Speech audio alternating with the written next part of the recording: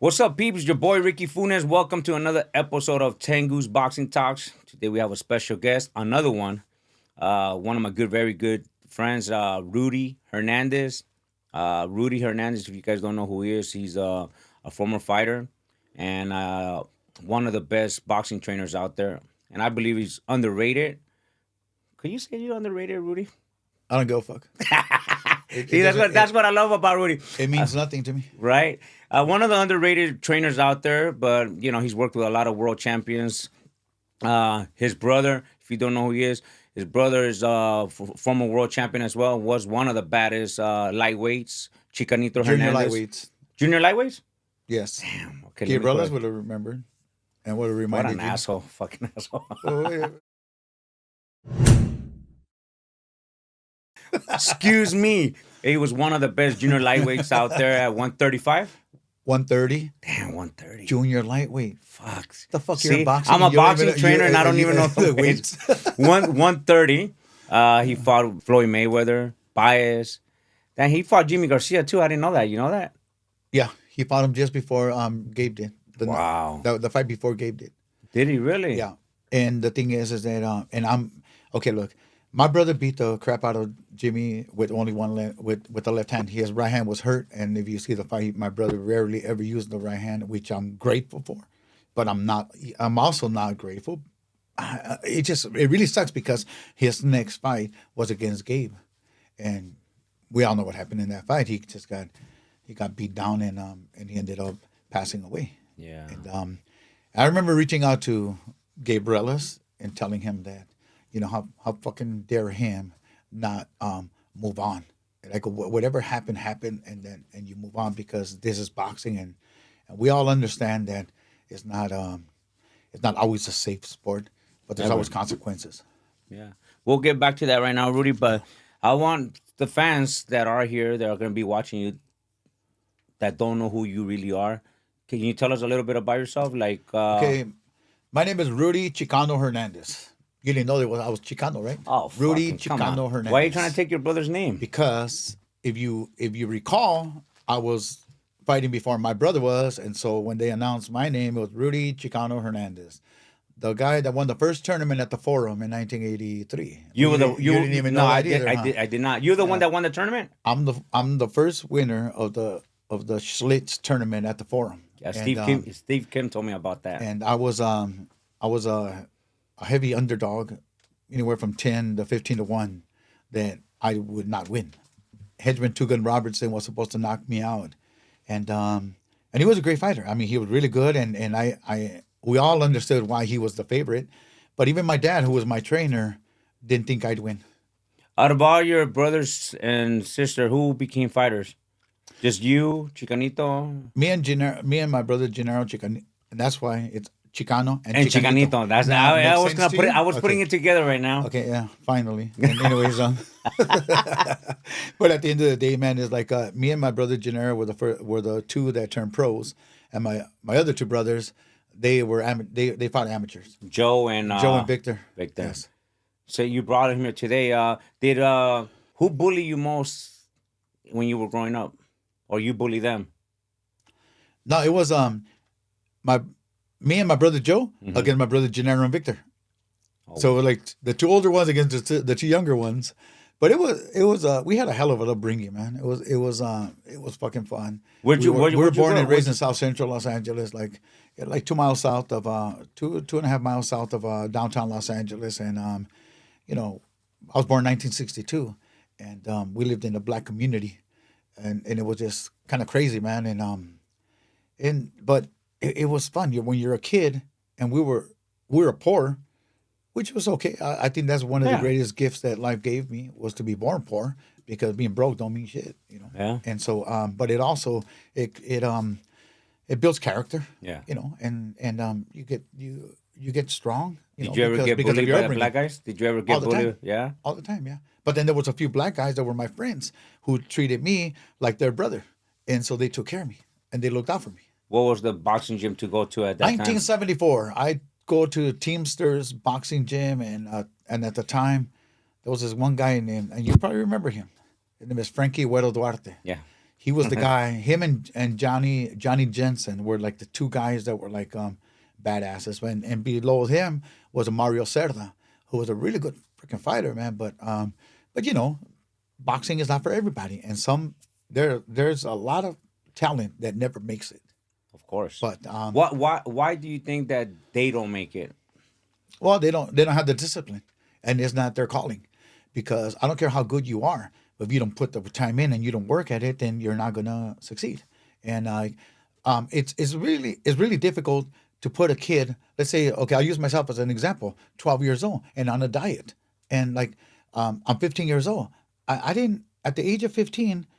I had no idea what the hell it was to go to a quinceañera or nothing like that. No I way. went to no parties, no nothing. It was our life was just based on boxing, and that was it. That's all we lived for: sports, soccer, and boxing. So basically, you were like a chick in a private school that when they go out, when they're in private schools and they have the freedom to go out, they just spread their legs and go out and do what they want. Is that what you were, Rudy, back in the days? Unlike you, Ricky, I'm not that guy. I understand your that mentality of yours. It goes to show why I hooked you up with Tyrone Grande. So, Grande. so people understand. Those that follow me on Facebook and you see me arguing, well, you guys might assume because you guys don't know who Rudy Hernandez is, or we argue and we put videos of transgender and gays and this and that on videos, and we go at it. Hey, this is Rudy. This is my guy. So you guys don't know why is Ricky always talking smack to this guy. This is Rudy. We go at it. We're really good friends. So now you guys, this is the identity of the bald-headed man. And and also I will say this, that there's been a couple of times where I've had a couple of my friends get upset and call me, hey man, who's that guy, man? Y'all go take care of him. I go, hey, fucking leave him alone, man. That's my boy right there. That's my man. Damn, We're Brents and shit. you could put a green light on me then, Rudy?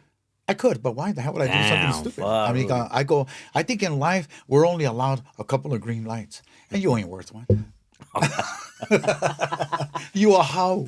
Rudy, and going back to this, boxing, what is the most memory that you from coming up, growing up My to the middle and the end? I can tell you, two, two of the well, let me see, three. I'll give you three the highlights of my boxing career. One, I sparred with Alexis Arguello when I'm 15. Damn. I put hands on Alexis Arguello, and I had people at the gym. We're talking about 1977. There was no social media. There was no cameras, Yeah. no nothing and shit.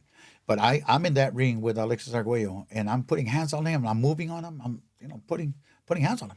And we were supposed to do 3 rounds. I did my 3 rounds, and then he asked me to do another one. So I ended up doing a fourth round, and he caught me with a good body shot because I got greedy, and I was just doing this. I used to do this. 15 years old? 15. And so I had people come up to me after I got out of the ring, asking if I had a manager, and they wanted to buy my contract. Yeah. And so I'm like, no. And then when they found out I was 15 years old, like, oh man, this kid's too damn, he's still a kid, man. But I had people trying to buy my contract at that time. And that's my number one. Number two is Tommy Hearns is getting ready to fight for the middleweight title, and we ended up going to Arizona to speak to Emmanuel Stewart about maybe helping us with my brother. Yeah. And so I get in the ring with Tommy Hearns. I sparred with him 3 rounds. In 3 rounds, he didn't land the jab, and as much as he tried to hit me with the jab, he didn't land one jab. But he caught me with a right hand, man. Almost knocked my head Was he off. that strong as people say he was? He was a badass. Yeah? Yeah. But he caught me with a right hand, man. My all I heard was like ding, like everything just Yeah, ding, yeah. and I was like blacked out like for like a second or two, and I'm like, but I finished the round and everything was, it was no. He didn't know. I don't think he knew that my Yeah, I of course, that you blacked were out going for through that. a big second, and and then the third one would be me sparring with my brother, Genaro. My brother's undefeated at the time, and he's not a world champion yet. And I'm in the ring with him in Guadalajara, and I'm fat. I just gained weight, and so I'm in the ring, and he can't hit me. I'm like moving it, can't touch me, man. And we win 3 rounds, 5-minute rounds, and my brother was pissed, man, because he couldn't hit me. He didn't land one shot. You know that it's funny you say that because here in the gym, Joe raised Gabriel and Rafael. And when you say you spar your brother, it was really rare because Gabriel and Rafael Joe put him to spar one time, and the shit out of it's each like other. they beat the crap. And Joe says, "This is the last time I ever put you guys to spar because they would like want to kill themselves." Yeah. And he goes, "That's it. I will never do that." Did you go at it like that with your brother? I broke my brother's fucking nose. No way. Yeah. We're at the gym, at the Azteca Boxing Gym, and because a lot of people didn't like to spar with my brother because my brother was a fucking fighter in the gym. Okay, look, first of all, my brother was a way fucking better fighter in the gym Yeah. than Then he in the was fight. at the fights. And you saw how good he was in boxing, but you didn't see how great he was in the gym. Was he a disciplined fighter? Will you consider him that he was very? He became world champion, but what is he He disciplined? was very, very fucking Yeah. disciplined. And here's the thing, though. My brother did not fucking like boxing until he had retired for about a year. After he fucking retired for a year, he decides that, man, you know what I miss? I want to box. And it pissed the shit out of me. It pissed me off because here's a guy who had all the fucking talent in the world and he could just do it. But instead, he hated it. He hated his fucking job. He fucking hated it. He hated it. Do you but think he was very, very fucking disciplined. Very good at it too. Very. Yes, very fucking good. Well, Why you I'm 27. Let me cut you off. Sorry, real. Why you think he hated it and he still did it? okay, because it was a job. It was a Got fucking it. job. And it wasn't until when I started training him, Yeah, yeah. helping with, I told my dad, I said, well, I was getting ready for a fight, and I was 27 at the time, and I got hit. John Huito Montes hit me with a right hand on the side of my ribs, and he messed my rib up, and I was like, it was 2 weeks into it, and I figured I'm okay again, and I got hit again, and that was it, and that's the day when I decided that I was done with boxing. That's what I was gonna ask And you. What? I just said, you know what, fuck this, man. This is just too much. It's tough business, huh? And my brother goes, well, fuck it, man. Well, he said, well, why don't you come and just train me, help me?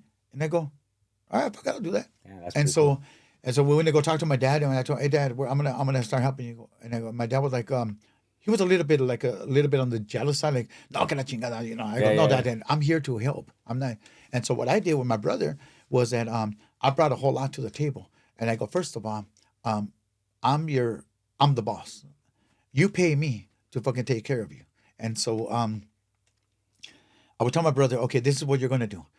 You can do 2 rounds, or you can go 6. It's up to you. What do you want to do? You tell me. I want to do 6. Okay, well then don't fuck him up. Don't kick his ass. Work with him. Work on your skills. In the gym, you're not here to win rounds. You're here to get better at your craft. Okay. So fucking work on it. And so my brother would start working on it, and then it started changing. And not to mention that when he got married, he comes back the next fucking day. He's married on Saturday, and on Monday he comes back so humble, like, what the fuck? What happened? That's it, huh? Yeah, he got hooked up, man. He got hooked up with his wife, and that motherfucker came back like a kikiri meow. He used to be a fucking tiger. Like, So he became a mandilon. he like, yeah, fucking pinche mandilon, cabrón, man. But we always told him, like, even So, my son so was people- 6 years old. People would be that don't know calling him. mandilon is a guy that gets controlled by the wife or the woman. Yeah, he was always spoken down to, like a little bitch. You know, like we used to that, but we How, always how made many fun of years? him. How many years has it been that he passed away? He passed already? away in 2011. It was June the 7th, 2011. He had just turned on May 10th was his 45th birthday. And like just under a month from that day, he passed away. I still remember taking a picture with him. The last time I ever saw him was in New York, right when we beat Armando Santa Cruz. So I don't know. I just wanted to throw that at your face, you know. Okay, when you say we, Well, I mean, Casamayor, Joel Casamayor beat. When I say we, it's because we're a team. okay, and if you recall, you'd fucking be embarrassed to even say that. I just that say you we beat him, brother. I mean, we came out No, on you top. said we beat him. Well, it was when- it was Casamayor that beat him. When at that time, Joe Goosen came to us and said, "Terrible this." Well, he was telling you guys to make you guys feel not too bad. You know what I mean? Not to make you feel. Well, it wasn't just Joe Goosen, oh my god! but it was like it was considered, I think, the robbery of the year. Oh, So that was how a can you brag about something? well, like, because no matter what it is, we won. Simple as that. But you know what? Let me tell you something. That was a tough fight for Casamayor. Because Armando, if you guys don't know who Armando Santa Cruz is Leo Santa Cruz, older brother. And he was a who was badass. he was a WBC lightweight champion of the world. Yeah, he was a bad boy. You know, the Santa Cruz family is big.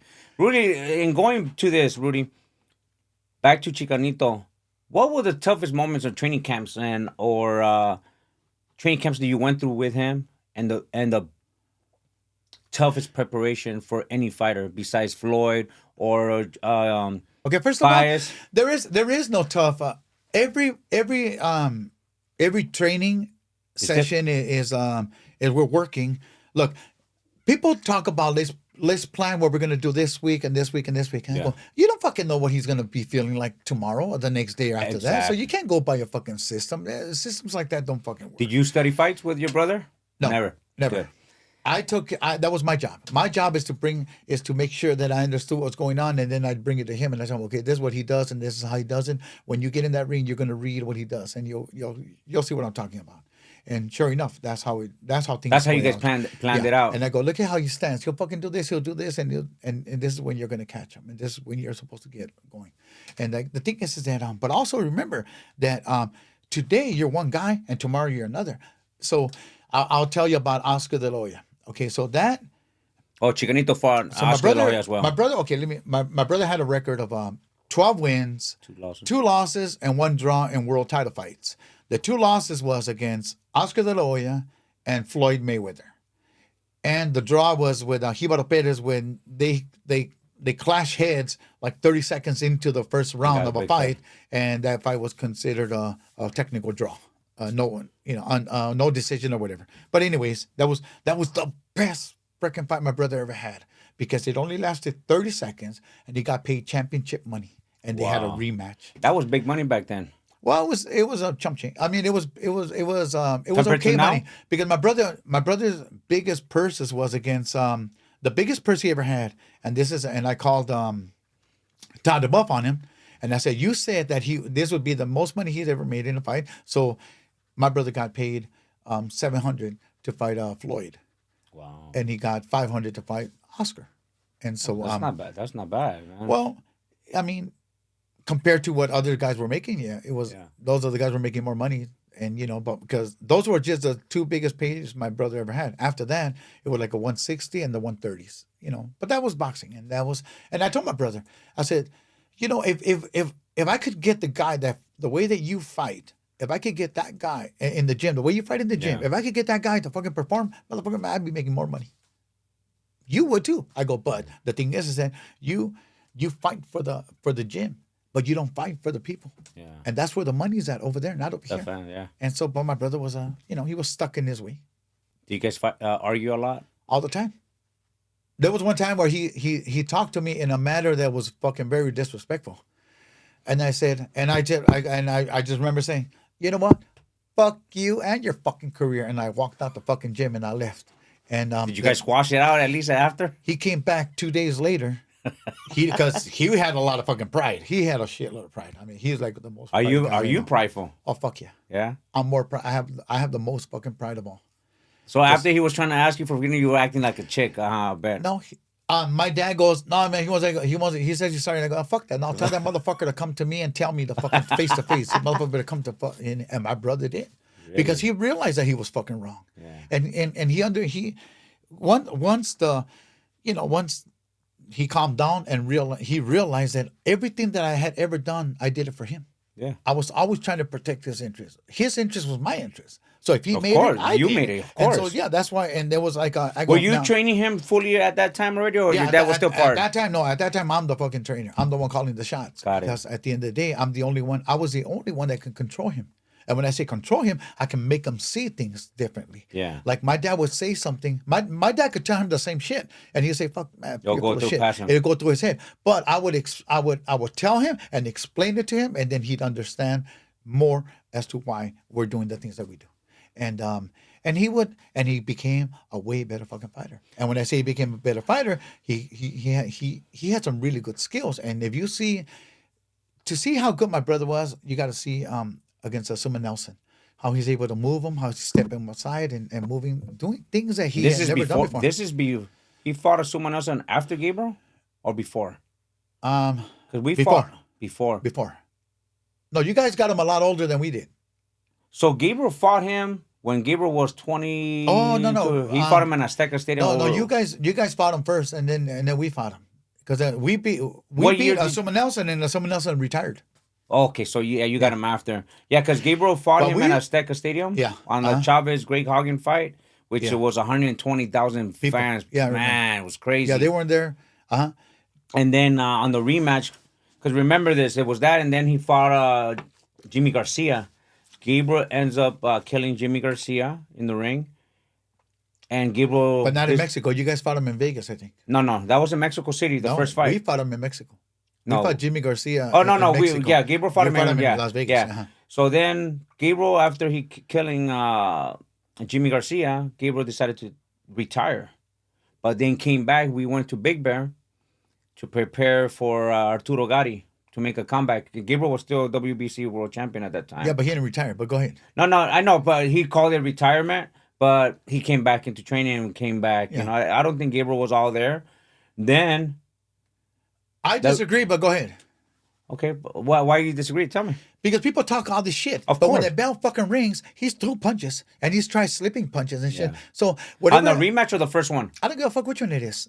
Well, it has to because it's a big I don't difference. care. I don't care. You don't care. I don't give a fuck. Because at the end okay, so if I'm a fucking fighter, I'm the fighter. I get in there, that fucking bell rings. I'm focused on this motherfucker trying to kick my ass and Yeah. shit. I'm not remembering, I killed that guy. And that's what I told Gabe. I go, you know what, man? I don't give a fuck what you say. You can use the excuses all you want, but when that fucking bell rings, it's a different fucking ballgame. Oh yeah. And I don't like when people use that. Well, it's because it was in my conscience. I go, no, motherfucker. If it's in your conscience, you fucking turn around, walk away, and say, And I don't think Gabriel ever came out and ever said anything like that. That wasn't his conscience, but people saw it because his body was not the same.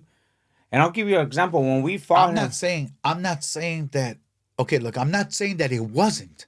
I'm saying that when that bell fucking rings and that bell goes in there and yes, you and I'm Yeah. like, that moment is this right here. Yeah. I'm not fucking thinking about like, yes, things cross my mind. But at the same token, man, I'm still fucking aware and I'm still moving and I'm still trying to fucking knock your ass out. Did he throw punches in that fucking fight? Yeah. Well, Okay. which fight? I don't give a fuck which fight. Well, it you is. have to. You have to tell me which fight. Okay, when he fought Arturo Gatti, did he fucking throw punches? Yeah, I thought we were gonna win that fight until Did he got fucking caught. throw punches in? Tell me what fight after the Jimmy Garcia fight that Gabriel did not throw a single punch. No, he threw punches. Yeah, So when you fucking throw punches, those punches are thrown with intentions. yeah, because They're he fucking did hurt intense. Gotti, man. I still remember he hurt Gotti, but you know It was a great fucking fight. Yeah, it was good. It was a good fight. Yes. Yeah, and the Sumo Nelson talking about that, and I'm gonna bring this. God willing, I'll bring Gabriel in. But when we fought Sumo Nelson on the rematch, and this was at Palm Springs, 1990. I remember. Yeah. In the heat. He- Boy, oh was it no, very no, hot. it was cold. It was a cold night. It was. I think it was in December. It was cold. It was cold. Yeah, but see, this is the thing people don't know, and nobody. This is not gonna Oh. come up, but I'm gonna say it now. No. Google your shit. Google your shit and Yeah. send me when they Yo, hold on, guys, watch. Because it wasn't. Was it? It wasn't fantasy spring. It was cold. It was cold. No. Espérate, cabrón. Watch, you'll see it right now. I'm gonna tell you right now. I remember. I fucking, if I recall, Gabriel Asuma Relas Nelson- versus Asuma Asuma Nelson Nelson's 2. over there shadow boxing, and it's like 4 hours before the fucking fight, and he's sweating like a motherfucker. He's over there like, And the reason I remember this was because he was from Ghana, and it was summertime in summertimes in Ghana No, was right here. really look. really hot. Look, September 17, 1990. No, What was the weather? That was the first one. That was the first one. And where was it in Palm no, Springs? hold on. I'll tell you. No, it was Palm Springs. We fought in Palm Springs. It was cold. I'll tell you right now. Asuma Nelson and I Gabriel just kind of Relas remember rematch. someone else What shadow year was boxing and it? it's sweating like 3 hours before, like 2 hours before the According fight. to Wikipedia, on the 1st of December 1995, Or defeated just world 1st December. champion Gabriel Rulas in the 5th round to claim the title. Yeah. His first See, you know why I remember? But he was shadow boxing like no, 2 no. hours before. But see, yes, Remember? but people don't understand this. And he's sweating. Go ahead. You just hit it on the nose. People don't know this, but we're gonna bring this up. Gabriel was sick as a dog. He was sweating. He never said this, and he never came out and said anything. But when you said that he was sweating, he had. I'm not talking about Gabriel. I'm talking about Asuma Nelson. No, okay. Asuma no. Nelson was like shadow boxing. I don't give a shit. I don't give a shit about. I'm talking about Gabriel. Before the pay-per-view even started, Yeah. Asuma Nelson was already training and working out hard, like 2 or 3 hours before the fight. He was already working out. Yeah, we were in the locker room, and Joe goes, "Damn, Gabriel," because it was so cold. Because Gabriel will be shadowboxing, he'll be sweating, and then he'll go sit down and he had the shivers. Let me tell you something. When they say the coronavirus now, bro, I got so sick after that fight. Because Gabriel was sick.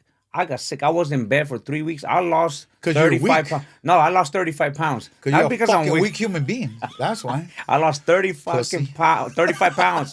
Fucking 35 fucking pounds, motherfucker. Hey, it did you a goddamn 30, favor. No, 35 pounds. Oh, that's when you met Tyrone. He saw you were nice looking, and then, you know. I was nice. It's good. It's good. That's stiletto. That's what Diego Corrado would say. Hey, Ricky, you wear your stilettos today?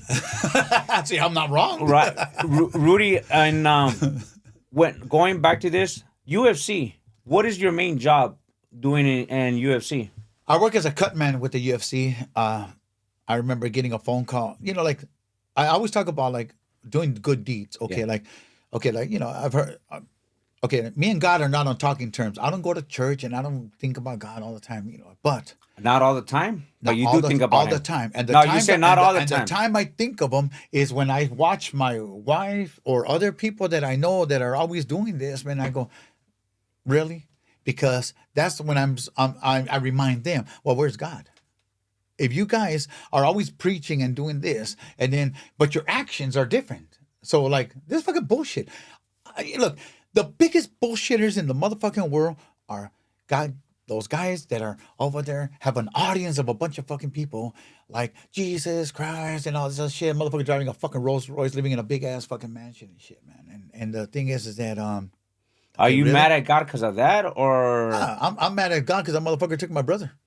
He didn't even. My brother fucking died till his last fucking breath, believing that he was going to fucking come and take care of him and take care. And well, that's good. And he didn't. He fucking died. No, I know, but that's still that he believes in God. So we're not on fucking talking terms. I don't fucking talk to him. It's been how many years, Rudy? What? 11, 13? Damn. Or 4? Yeah, 13. Been 13 years in May. Wow. May it'll be 13. But at the end of the day, man, like, look, everybody has an expiration date. We just don't know when. But we're all in line, and we don't know when that's going to happen. But at the end of the day, man, wouldn't you want to know, Rudy, that... even though you mad at God, because a lot of people are mad at God, you know. No, you interrupted me, man, and I want to fucking finish something right here. What finish it then. I go, but here's the thing though, like one day I'm fucking driving back, and I had 2004. It's got to be like the hardest fucking year of my life and shit, man. First of all, my mother passes away in February. 2 months later, my daughter, fucking who I used to have a good relationship with, which I don't now, thank God. Oh, now you want to personalize that? Pero miraste. Nah, don't do that, Rudy. Don't do that, Rudy. I can do what the fuck I want. Okay. Am I not God's child? Yes, Does you are. Does God not know who the fuck I am? Yeah, he does. And how did he build me? The way you are. Okay, so suck it up. Remember, this is Satan. Suck it up. So suck it up. Suck it up. Okay, go ahead. Tell me. Go ahead. Finish. And so, and then my girlfriend at the time breaks me up with me, and I'm like, oh, fuck. My girlfriend, my ex-girlfriend now, and like it was just a terrible fucking year, man. And at the end of the year, somebody asked me, she goes, how is it that you're able to make, how is it that you're able to survive and do all this? I mean, all the shit that you've been through, man, it's been really harder. And I go, my thing is this: I wake up every fucking day to do the right thing, and now I have to do. I try to do a good deed every single day. On a daily basis, whether I pull over to help somebody with a flat tire. I travel a lot to Las Vegas, and you know, I've been times where I pull over and help people because like I think that's my calling. My calling is to make a difference in somebody's life, whether it's at the boxing gym. I'm a boxing coach, not a trainer like you. You're a trainer. I'm a boxing coach. Can you tell me the difference? So people know the coach. A teacher, coach, and a trainer. No, not fucking teachers. Fucking boxing is either you're a fucking boxing coach or you're a trainer. Or assistant trainer. Oh, fuck. Now you came up with some shit. Just tell me the difference. Boxing is fucking coach, trainer, assistant trainer. That's it. What's the teacher? Because there has to be a teacher. At school? At college? Oh, I'm sorry. At college, they're professors. A professor, yeah. So you're going to fucking compare a professor to a teacher? No. Teachers graduate to professors. Yeah. But you got to go here. Coaches, trainers, and assistants. A teacher? Oh, okay. So now, tell me the difference. So a coach understands the bigger circle. The overall. The coach will correct you and tell you how it's got to be done. Gotcha. He will tell you. He's not here to accommodate you. Trainers today, because that's what they are, fucking trainers. They're here to accommodate fighters. Like a fighter will come and and he's the one that pays, and because he pays, he talks down to the fucking trainer because he can. But a fucking coach will tell him, "Hey, fuck you and your money. Get the fuck out of here." And the thing is that I'm here. A trainer will tell that, or a coach will say that. A coach will tell you to go Yeah, fuck yourself. yeah. A trainer will fucking suck it up and be his bitch, because at the end of the goddamn day, You can't say that about me. I That I'm can not fucking trained. say You can't say that because You I are haven't not- been there. You are not a fucking coach yet. When do I graduate to a coach? When I certify you, bitch. See, first of all, like I watch. Okay, when the coach graduates and no longer does mitts with the fucking fighter, because the coach is watching. That's what I was going to ask you about mitts, because you hate doing I mitts. fucking hate mitts. Why, Because Rudy? It's such a great fucking show. Ta ta ta ta ta, boom boom. And then you pros. No, You're of course. a poser. Yeah. You're like, dang, and like, first of all, you don't even see how the motherfucker's standing. He fucker's not even standing right. He's throwing a fucking left hook. Okay, the correction is like basics. Yeah. Do you even know how the fucking basics are? Yeah. The basics are you stand a certain way. Yes. Your body's a certain way. Your guard is a certain fucking way. Yeah. Unless you're Prince Hamid. It's different. Unless you're Prince Hamid or even that Floyd. Victor Chinian. Yeah. Now you can't correct crooked, because if you try to correct crooked, It'll you're become fucking it up. ours. Yeah. You can't fuck that up. But on the same token, but when you start off as boxing, and we've always said this, and you've heard it so many fucking times, where you always go back to your basics. And what's your basic? A fucking jab. Yeah. And that's the key. And you said that, Rudy.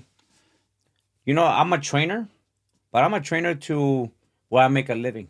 No, I understand. I to, get it. to my celebrities. Great. But when I coach, and I always listen to your advice, because I've been talking to you for years. With my fighter this is who I'm working with right now. His name is Hamza Shiraz. But I've been working with him. I do mid work with him. Do me a favor. Yeah. Don't refer to him as my fighter. He's He's not your fucking fighter. to a the fighter. guy that you work with. Yeah. The guy that I'm working with. The guy. Yeah, the guy that I work with. Yeah, excuse me, Rudy. The guy that I'm Apology working accepted, with. but go ahead. Yeah. The guy that I'm working right now. Yes. Hamza Shiraz. Yeah. My fighter. Okay, let me refresh that. My Ru- fucking fighter. yeah, That motherfucker say, you know what, fuck you. And he leaves, and then Yeah. what do you do? Well, You're- I thought he was your fucking fighter. I Yeah. thought you owned the motherfucker. Yeah. You own him? Hey, Hamza Shiraz. I keep it very simple, because you taught me this years ago. With him, I do mid work when I'm trying to correct certain punches, or we're trying to do certain things in the fight. I don't spend too much time doing mid work with him, because I follow what you told me years ago, and I bring it up. I mean, I'm bringing it up now. But you're right. I don't try to do with good fighters mid work. Why? Because they get accustomed to it. One day, a guy comes into the gym and he goes, "Hey man, I would like you to train me." I go, "How many fights you have?" "Well, I have 18 fights and so forth." And he goes, "But I'm looking to someone to train me like Floyd. Can you do mid work like Floyd?" I go, "Can you fight like Floyd?" He goes, "No." What the fuck you want? Why am I gonna do mid work? Floyd, even if you see Floyd when he does mid work, he don't do none of that. That's all show. Yeah, but this is what, next time some guy comes to you that way, you say, yes, but I'm charging you $200 a session. And you just fuck it, because that's what you do on the side. Of That's another course. job. So I said, yeah, I can do that, man. It's going to cost you like X amounts of dollars. and But shit, doesn't the whatever you story want. sound better? What I was telling you? I mean, no, the story is like this. Okay, first of all, guy. okay, the fuck is, okay, like, see, you have two sides. I only have one side. You have two sides. Okay. And I understand. And I'm like, I'm like, good for you. That works for you. I can't fucking do that. Yeah. Because me is about who's going to be the next world champion. Yeah. I'm looking at world champions. You're looking at the moment. I'm looking at. Well, I'm future. looking. No, I'm not looking at the moment. With Hamza, I'm looking to become. Well, that's and that's why I said there's two sides. Yeah, You're like, gotcha. okay, we're both like a fucking coin. Yeah. But I only have mine's just two heads. That's it. The Yours, same shit. Heads and tails. But you have options. I don't have options because I'm you're- focused. Because yeah. I'm just focused on this right here.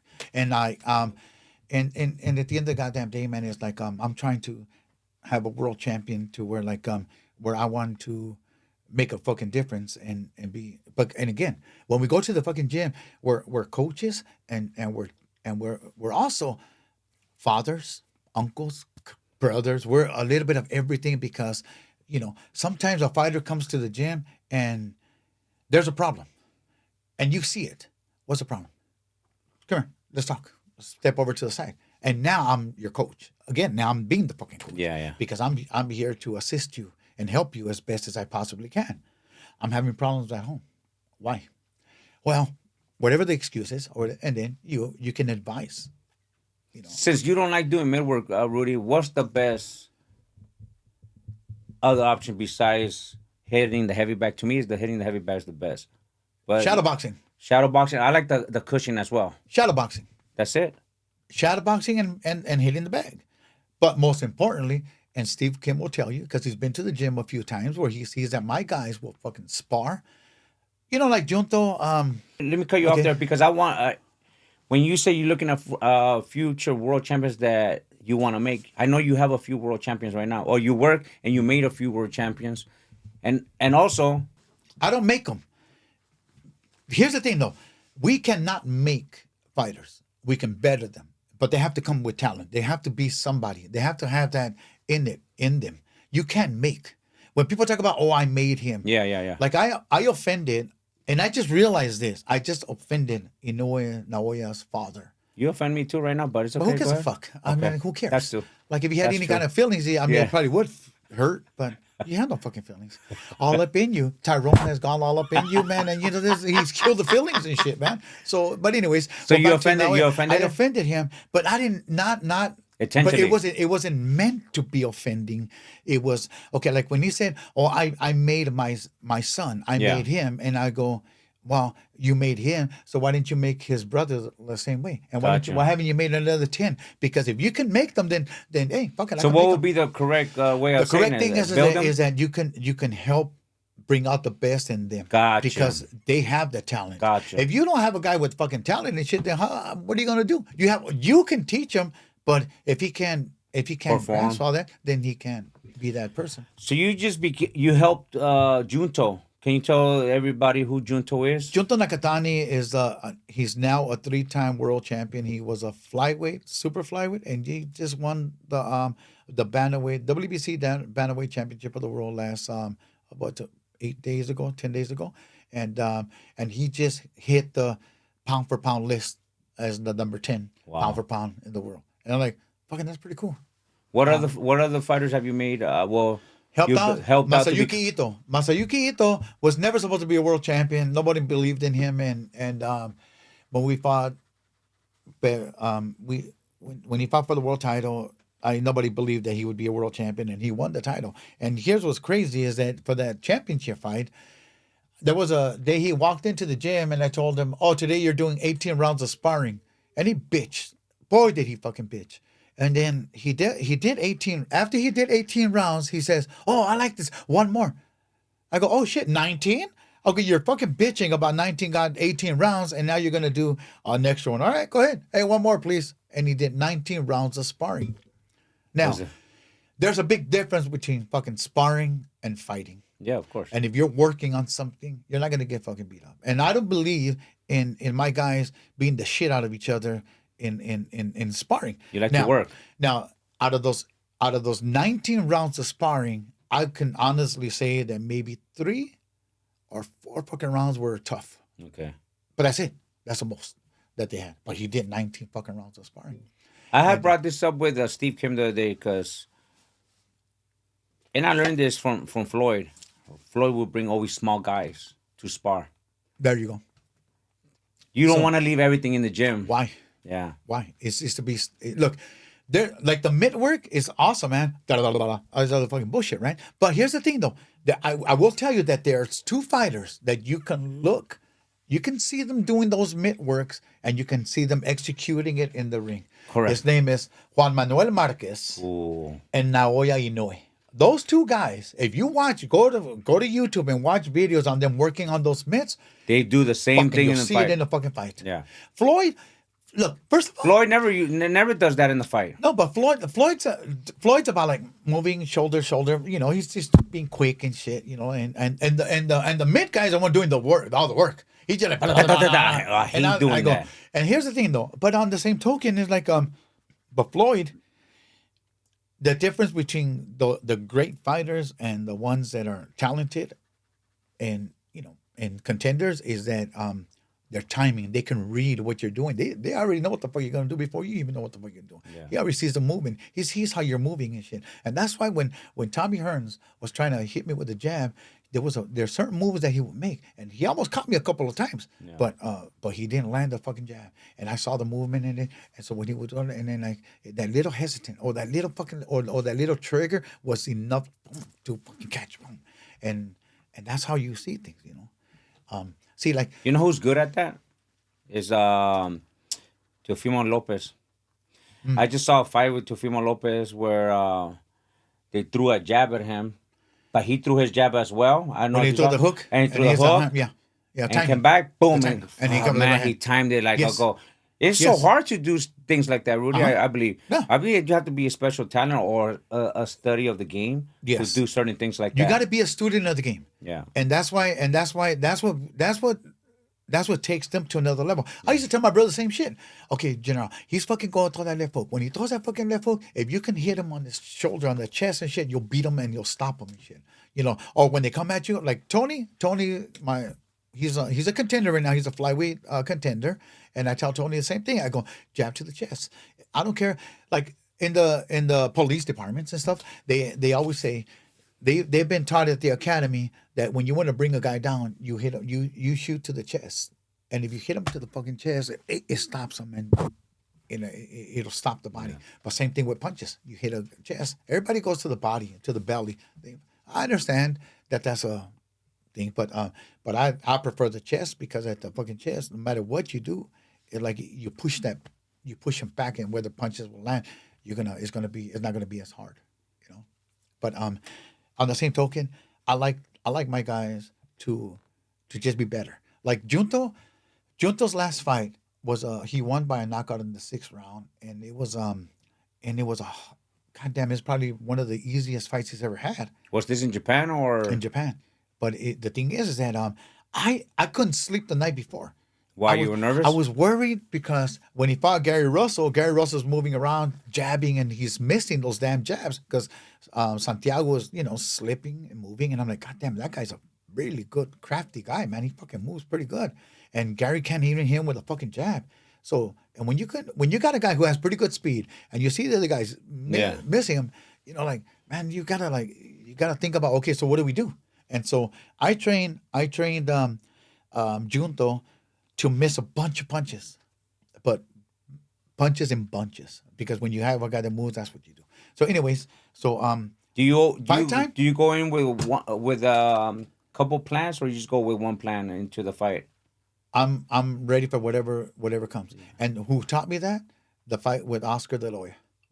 I thought Oscar was gonna come out and throw punches in bunches like he did with that other Juan. I remember that he used to be the Puerto Rican Junior John Molina. John Molina. That was a bad dude, man. Yeah. But I go, if that Oscar shows up against my brother kicks his ass. Going back to that. But he got a coach. When Oscar got that coach, Who was his coach? Cholin Rivero. Oh, the guy from Mexico. Cholin Rivero came. That man. He reminds me of you because he's an atheist. Oscar, but here's the thing though. Oscar would have never gone as far as he did had it not been for fucking Cholin Rivero. You really think so? 100%. I'll tell you something. You know where they messed up on Oscar De La Hoya? It was Robert Alcazar when he fought Trinidad. Robert Alcazar was always a fucking bitch, man. And he can't help being that motherfucker because at the end of the goddamn day, that's who he was. He once came to the gym and he started making fun of Cholin Rivero, que el profesor el que San really? Martín de Porras. And then I go, you're the most ungrateful motherfucker on this world, on this earth, motherfucker, man, because those two guys fucking brought the best out in him, something that you weren't capable of doing. You didn't do it. And I told him to his face. Yeah. Like, I don't have no fucking reason to be hiding or anything. I'm like, yes, I'm that son of a bitch. Nobody likes me and shit, but two reasons. That's all right because you're straight out. I don't give a fuck about people's opinion about me. Because, frankly, like, even people that pay me, if you fucking pay me, but if you disrespect me, you're going to get the asshole out of me. And I will fucking deliver it with pride and fucking go home and say, fuck you. I You know, know what it's like to eat a fucking soda and potato chips, barbecue chips and a soda. And I'm today, fucking good with today that. I graduated to become a coach from you. You know why? But go ahead. I graduated today. I'm a coach now. So can you give me a certificate? Make sure after our interview. You know why? When Because Tyrone Grande comes your way. you know why, Rudy? I like learning from different coaches, the good coaches. I consider you a coach. Well, I consider you a trainer, and then a coach. But I consider you as a teacher as well. You know why?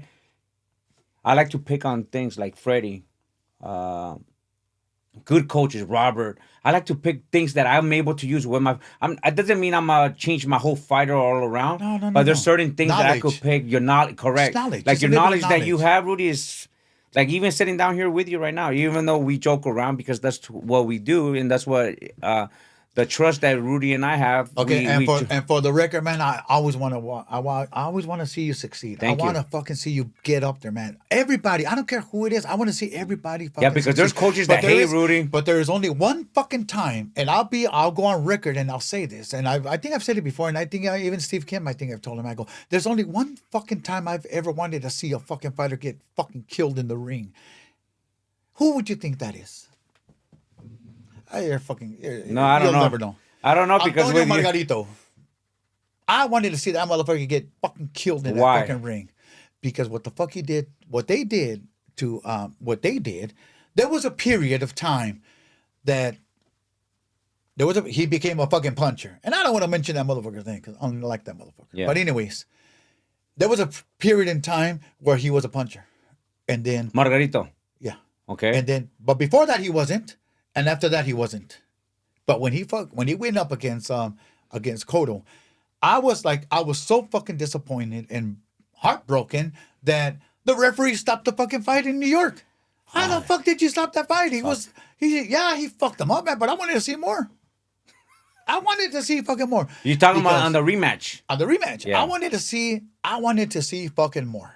And the reason is because when you're a fucking piece of shit and you do this in the fucking sport that's given us a whole life, I go, fuckers like that don't belong in the fucking sport. They deserve the worst fucking thing possible, because like it's already bad enough that when you get in that goddamn ring, you're risking your risking your and life. shit. I go, but when you fucking pack those goddamn gloves, when Yeah. you pack those fucking hands and shit, man, that makes you a shitty fucking human being.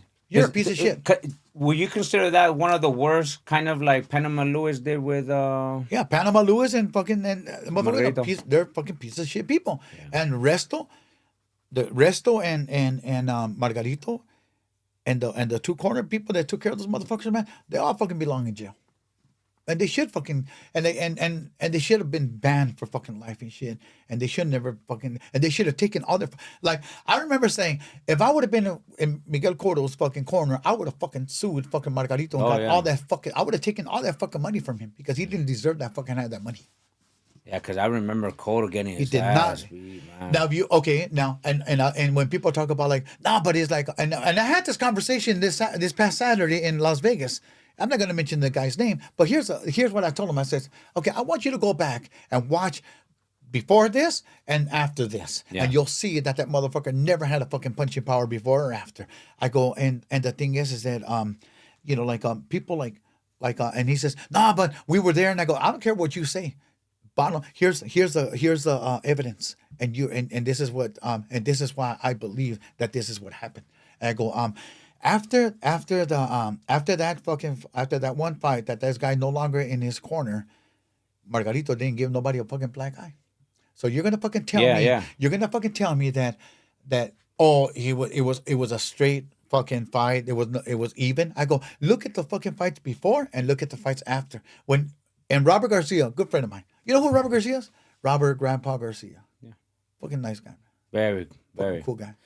You talking about the dad or you talking about the son? Oh, the dad. The dad's even better. Oh yeah, I love both. Robert is But very Robert- humble.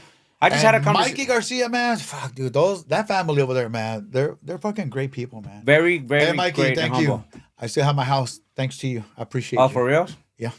I was in the fucking bind, man. The guy came and helped me out. Big I time. just talked to Robert about a week ago. And let me tell you about. Why you cut me off? Don't cut me off, bro. Because I started. I'm the one that brought him up, you're the not host. you. And it's my call. Yeah, I'm the motherfucking man here, not you. Okay, sorry. But go anyways, ahead. and so Robert Garcia turned pro. I turned him pro in Japan. No way, really? Oh, now you're fucking calling me a liar? No. I'll get up and slap the shit out of you. You know that Robert was just so humble, so cool. 'Cause I remember we used to train. It's all families that way. Yeah, all of them. I remember Joe used to train 2 kids from Oxnard, Carlos and Rudy Hernandez, and Grandpa, the dad, used to train them. And before anything, Joe liked to talk and say, hey, this kid wants to work with me. So I went to Grandpa's house and pick up a contract from Rudy or Carlos Hernandez, or they went to whatever it was. I see skinny, dark kid, which it was Robert. no, not Robert. Mikey. Mikey, because Mikey, Mikey's yeah. dark. Yeah. And then Robert came up very humble. They lived with a dad, even though I think Robert was a world champion at the time. But man, very, very, very cool people. I got a good story for you on that one too. Tell me. Okay, so we're at Maywood Gym, and Robert came with a few. He had Victor Ortiz. He had Brandon Rios. Yeah. He had a few fighters, and he had a few fighters. They were all contenders and shit. But Mikey was a young one. Mikey was still in amateurs. Mikey's a and he was bad boy, man. He was 16 years old, right? So I'm there watching. I sit down and I'm watching, and I'm seeing Mikey, and I'm like, I sat down and I watched them spar 3 rounds, and then I get up and I go tell Robert, you know what, Robert? Your brother Mikey is the best of them all. He go like, what? I go, I got right there, man. Fucking talented, better than Big. How did you recognize right away? Did you ever see him train and spar? Well, yeah, I saw. I'm telling you, I sat there and I watched him 3 rounds, and I'm like, God damn, man, this guy's fucking good. There was nothing fancy about him, but he would just move a little bit, step, jab, rarely ever missed a fucking punch. But this kid was always on fucking on target, and I'm like, so then I go tell, and then Robert goes like, hey, he goes and tells his dad, and I tell Garcia that that kid right there, he's the best of them all, el mejor de todos. And they go like, what? Hey, I'm watching him. Guy just does everything well. Wow. Does everything well. But there was nothing fancy about him. On a fighter, Rudy, what makes a fighter to you that you see that star that could be great? What is it? Like me, I like to keep things simple, basic. And I think that's what give you an example, and I'll just bring this up to a fighter. The best fighter I ever seen that I thought was a badass that kept it very simple was he's from England. He fought Sean Porter. Give me the world champion name. I just lost it.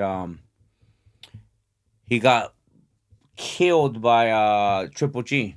Busted his eye. No, sorry, Errol Spence. Busted his eye. Damn, Kell Brook. When he fought Sean Porter, I was there at the fight actually, and I saw Kell Brook just double jab hook right hand, jab hook left to the body. And I saw Porter doing this, doing that, too many punches, and I go, man, okay, that guy just beat him so simple, basic, moving left, right. Well, what is it that you see on a fighter? Do you keep it simple, basic, or you add on too much? Okay, first of all, I work with what I have. Yeah. I got to work with what is it that you bring to the table. Yeah. And whatever it is that you bring to the table, I'm just trying to make it just a little bit better. There's not a fucking fighter that I've had that I did not make better. Just a little bit better. And he could be like bottom of the barrel. But even bottom of the barrel, you can if you can implement something. You add on. You have to add on. And that's it. And and again, let's talk about like I made him. You didn't fucking make shit. You helped bring out the talent. What are you talking about? I'm fucking you. When people talk about, I made them, you didn't fucking make nobody shit. The fucking fighters are already born to be who they are. There's from 1 to 5, the toughest. Like Arturo Gatti, you can't get fucking tougher or stronger than Arturo Gatti mentally. He was just like that, right? He get that living shit beat out of him and keep taking. He get up and still want to fucking continue fighting and shit. But then there's levels to this. Chico Corrales, same shit, man. That guy, you beat that living shit out of him. There was no quit in him. Yeah. And and sometimes that's who they are. But you can't teach that. Which are your best favorite fighters growing up from the 90s? I will tell you that the greatest fighter of all time, Jose Mantequilla Napoles. Ooh. Now, you're talking about a guy when they say, "Oh, nobody got cut," I go, "Look, man, there were." We're talking about a guy in at a different level. Now, also remember this, and people don't understand that whatever you're watching on YouTube right now, fights of yesterday, of yesteryears, you're not seeing how quick those guys really were because the cameras and TV was slow back then. And so today, I mean, look at the technology. I mean, like we have everything, and everything Yeah. is just quick and is on point. Like fights that you watch today, and like even in the 90s, 80s, and 90s, you're more like there. Yeah. But the TVs in the 70s and 60s and before that, they were slower, and you can't really see how great those guys were. I saw in person. Must have been about maybe 1969, 1970. At the time, I'm 7, 8 years old, and I saw Mantequilla hit the guy with a jab, boom, and busted his eyebrow with the headgear and all, with the jab, boom, hit him so hard, busted him up. And I'm like, damn, man. And I'm like, I was just shocked because I'm a kid and I see all this blood. Yeah. I thought that was fun. What was that fight at? That was in the gym. Oh wow! That was in the gym. You I saw him. that. You I saw him in the spar. gym. Really? At the Alexandria What Hotel. was that gym, Rudy? Because I Main remember Street Gym next to the country club. Not at sorry, the Olympic not that- Auditorium. No, next to the Olympic Auditorium. Yeah, that used to be the Olympic Gym. The Olympic gym. The Olympic Gym. Because that's Yeah. where I met you the first time I was a kid, man. Okay, at the Olympic Gym. That's okay, when you were first- trying to touch me, bro. I remember. I didn't try. Oh, you mother. You motherfucker's a molester, man. I just don't want to. Well, you're a witness. Fucking dumbass. But Yeah, anyways, that's the first time I ever met you. I was like, oh, fuck, that's Rudy, you know? You know what's fucking crazy, man? Is okay when we talk about the Olympic Auditorium. Yeah. It used to the Olympic Auditorium was over here. Great freaking fights, man. Great. And then I remember you the had- Randy Shields back in the days there. Yeah, when he fought, when you remember when he got beat up by fucking Vicente Saldivar, Mijares. Ooh. That was a fucking badass fight, man. And I remember I sparred with Vicente Saldivar. Did you really? Yeah, Mijares. Was he a and shit. badass? He's a Rudy? fucking bad dude, Really? man. Well, he fought Esteban de Jesus for the WBC lightweight title. These- back a in lot the of- days. I don't remember That was some of back in those the names, days. but- But Vicente Saldivar, Randy Shields will tell you who he is. That was a bad motherfucker. And that's when Randy was in the fucking prime. Randy was a bad dude. And we're talking about lightweight. We're not talking about the guy who fought welterweight against Tommy Shit. Hearns and all Yeah. that. But we're still talking about a guy who was fucking a badass. and Yeah. shit. But Vicente Saldivar and Mijares had to be that fucking great too. And they were. And I was very fortunate to get in the ring with Vicente Saldivar. And so anyways, but remember at that time, Harry Kapikoff had the gym upstairs. You don't know. Harry I don't remember, Kapikoff. but I remember, what's so- his name? The guy that used to wear the wig, Peter. Oh yeah. I Was know it- you're talking about Peter. Yeah, no, but this is before Peter. Oh, really? Yeah, this is way before Peter. So he was a guy who also invested a bunch of money in boxing. But here's the thing: upstairs was Harry Kapikoff. Harry Kapikoff had a gym upstairs. Who was he? He had a Chucho Pimentel, who was Oh, at wow, one yeah. time a great fighter in the bantamweight divisions. But he's the one that ran the gym up in the mid 70s, like 1974. What's his name again? 76. Harry Kapikoff. Harry Kapikoff, and He ask sounds Joe Ru- Goosen. he sounds Ask- Russian. Ask Joe Goosen who he is, and Yeah. Joe will tell you who the hell he was. So at you the time. I mean, people that don't know who he is, who was he? Harry Kapikoff was a promoter slash manager and fighters and stuff. I think he also was involved with Randy Shields. I think I'm not Oh, sure. okay. I'm not sure if they had any kind of relationship or not.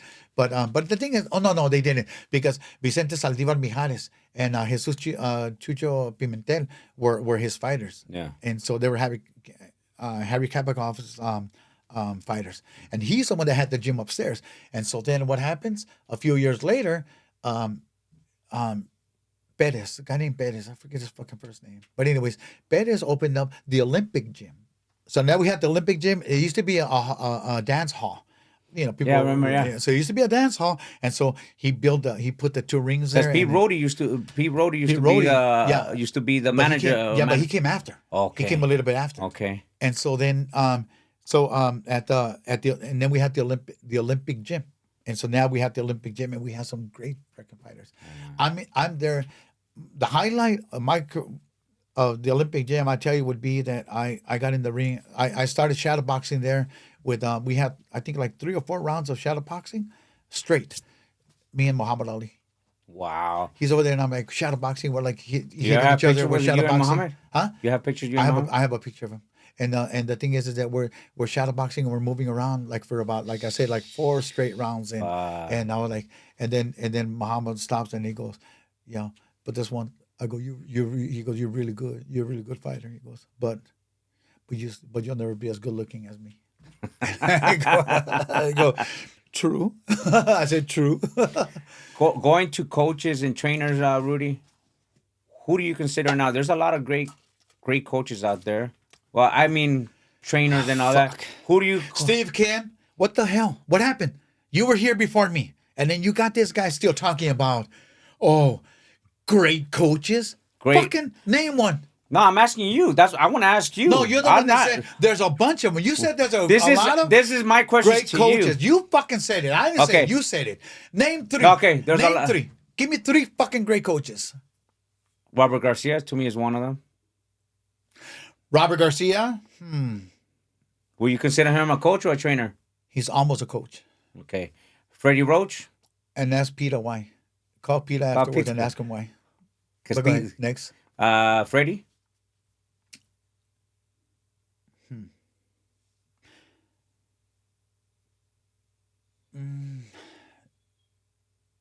Okay. Okay. Out of respect. Okay. Joe Goosen? Where the hell's Joe at? I'm just Where the asking. fuck is Joe at? Just answer the fucking question. That's Joe, it. you know why I'm bothered with Joe? It's like he is that guy from back in the day, but he's not here. That's not the question I'm asking. What do you consider him? A coach? Well, trainer? he's not. Well, I consider him No, a but coach. back then. I consider him a Okay, coach. that's But my question. But the thing is that we're talking about now and today. Like, where's Joe? Well, he's in the gym. Actually, he'll be here right when we're finished our interview. He'll be here in the gym. And the thing is that Joe should have never fucking walked out of this gym. Joe should still fucking be here all the fucking time, like all the time. And the reason I say that is because it's not so much about what that you're gonna build the next guy, but that you can make a difference in somebody's life. Yeah. And that's what a coach does. Yeah. How about Eddie Fudge? He's not here. Oh, I know, but when he He was was, a good coach. He was a good that coach. was a coach. Yeah, but he's not here. You're talking about today. There's a bunch of coaches. You say Yeah. fucking coaches. And I'm asking you. Yeah. All I can you're never doing is fucking, telling I me- can never you're fucking win with you. But you're fucking Okay, telling me. Antonio Diaz, Good trainer. the Diaz brothers, trainer. Okay, trainers. Okay. Canelo's coach, Reynoso. Eddie's stuck on Cholin Rivera. He's a good trainer. Okay. But here's the thing. Tell me what when you have a fighter, look, and you're the one that brought him up, and I'm like, okay, well, I'll say this about the Reynoso guy. I mean, yeah, I mean, how the fuck are you not gonna be okay when you bring the talent?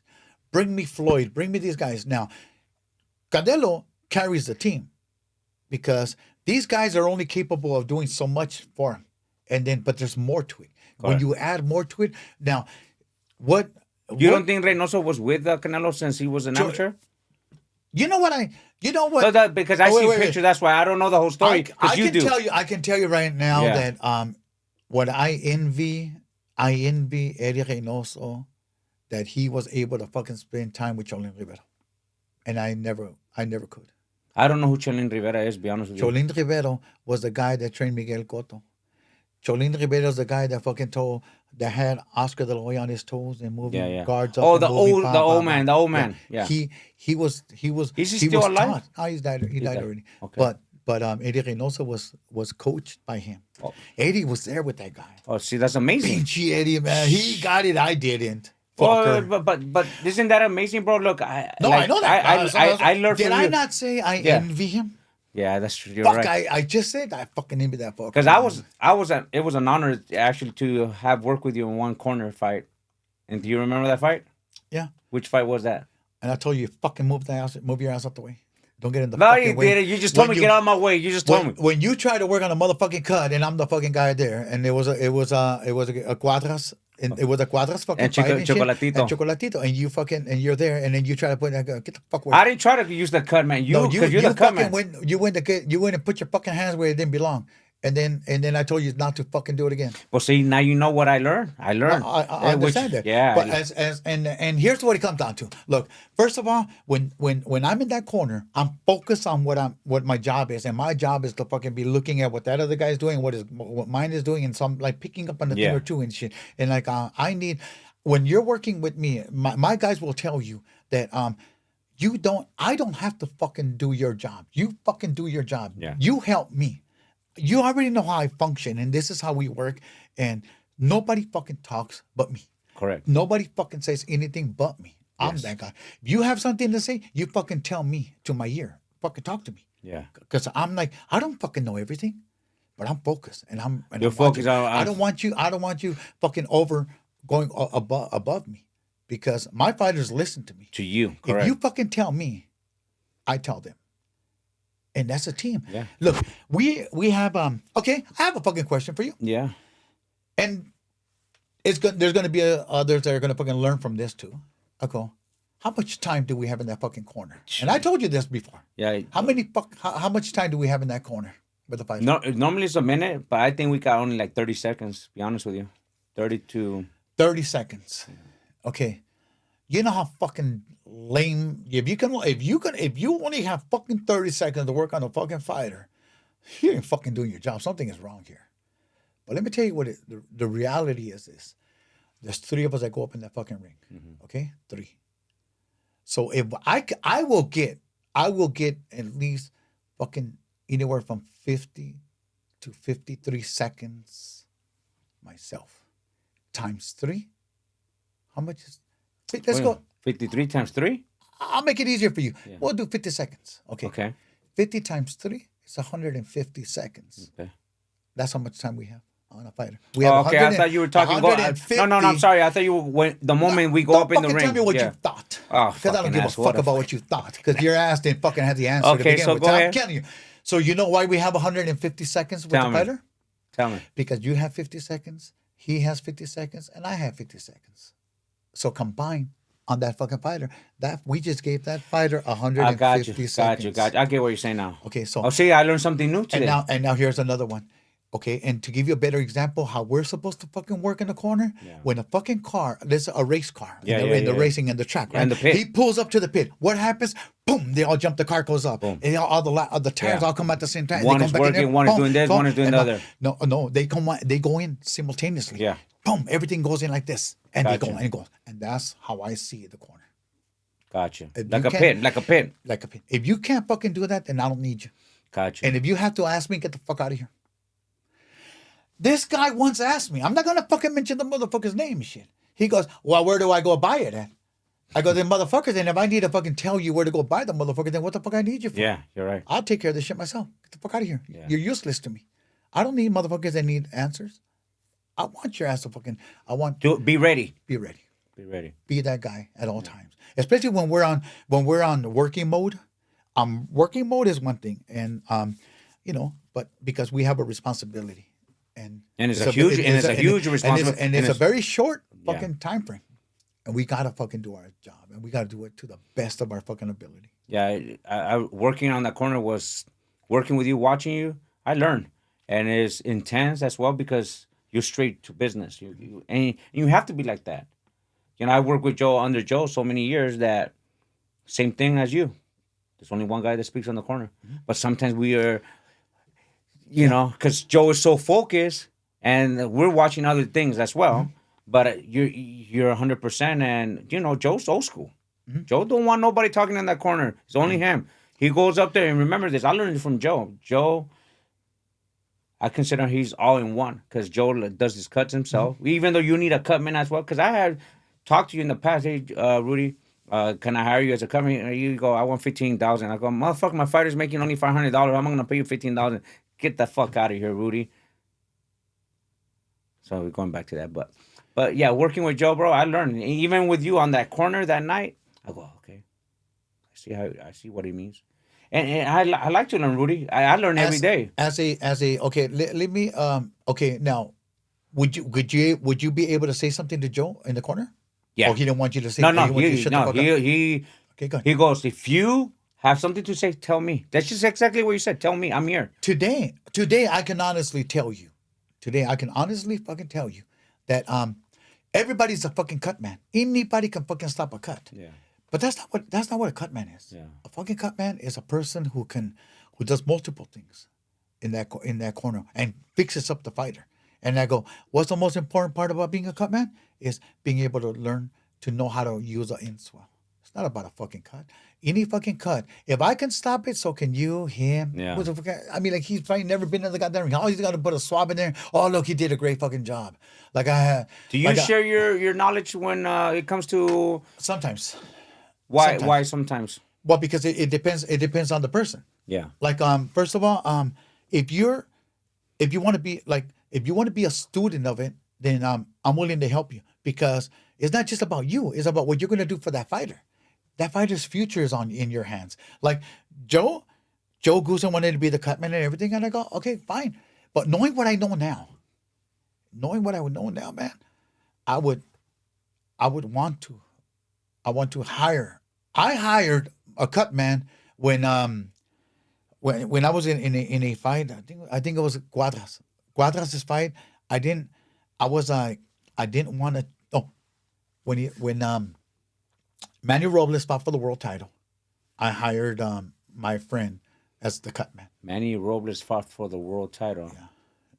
He fought Manny Robles? Yeah, little Manny Robles. He fought for a world title.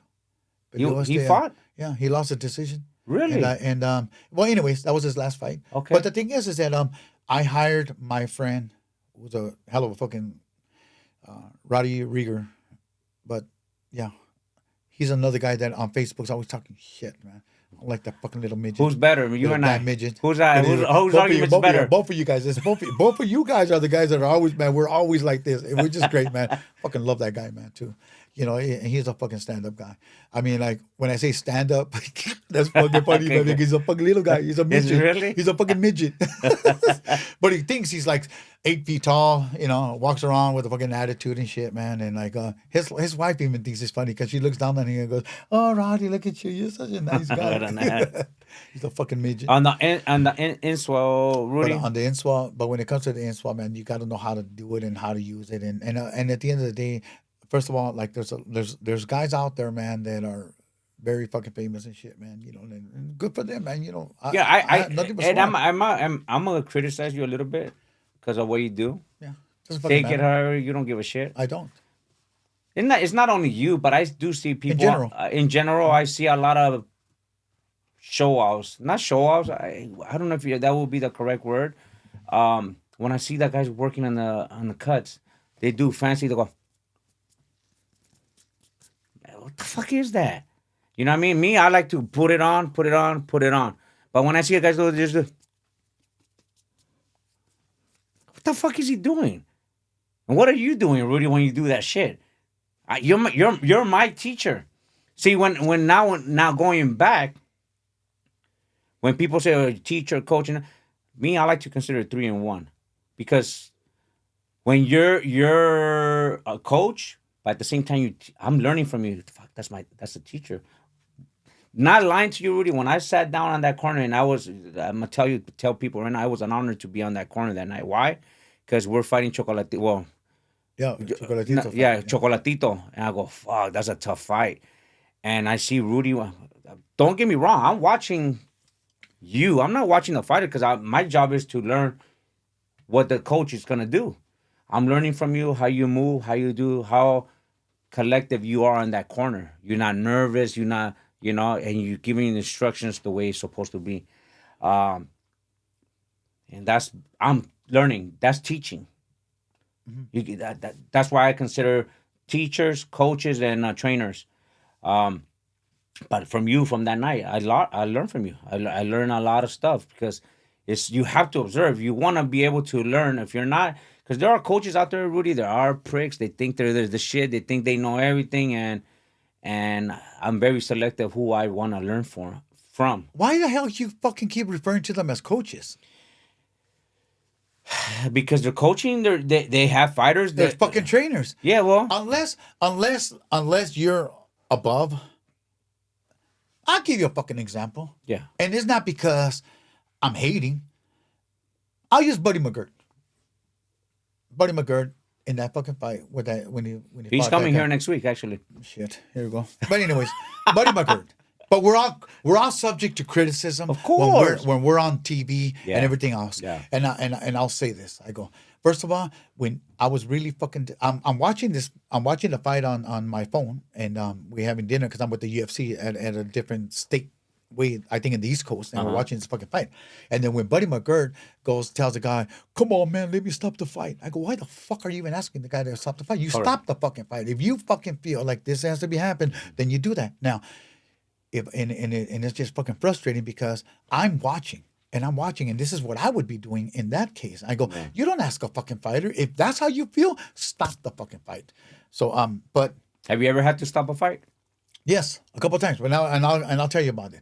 So what happens in that fucking fight is like the guy goes on, he gets knocked out when he should have fucking even came out that round. He shouldn't have came out, but he got knocked out that round, and he's just starting to walk, and he start to walk down outside out the ring. Yeah. He stumbled a little bit, and when he stumbled, I'm watching this shit on TV, and I go, "Man, that guy's not fucking okay." And my friend goes, "Man, shut the fuck up." I go, "Look, man, I go." And what happens? He collapsed down there, and he had surgery. Really? Yeah. And I'm like, how the fuck are these people are not fucking paying attention to this shit? When as a doctor, and this is something that I told the people from the State Athletic Commission when they had that accident over at the Carson, that fighter went down, and I'm like, well, first of all, I go, when you saw that fight, the doctors. Yeah. The doctors and the people from the commission should never keep. Somebody should always keep an eye on that fucking corner when the guy gets knocked out and stay focused on him the whole time, because there's moments there like the body reacts a little bit. Of course. And you have to fucking be aware of all that shit, man, because every fucking second counts, and his life is in danger. Well, that fighter did end up having a Surgery. Yeah, he didn't He end came- up. He sustained brain damage, and he's still alive though. But he almost died. And I'm like, how the fuck is it that you guys see him the moment that the referee, when the referee's counting, and the referee turns his back and to look at where the other guy's at, and he didn't see that the guy did this. And when the guy did this, When he buckled. those fuckers right there should have fucking said, "Stop Right away. that fucking Yeah, fight." yeah. Done. Because body tells you there's a problem. So stop it. And that guy got so lucky. I think it was Victor Chinen.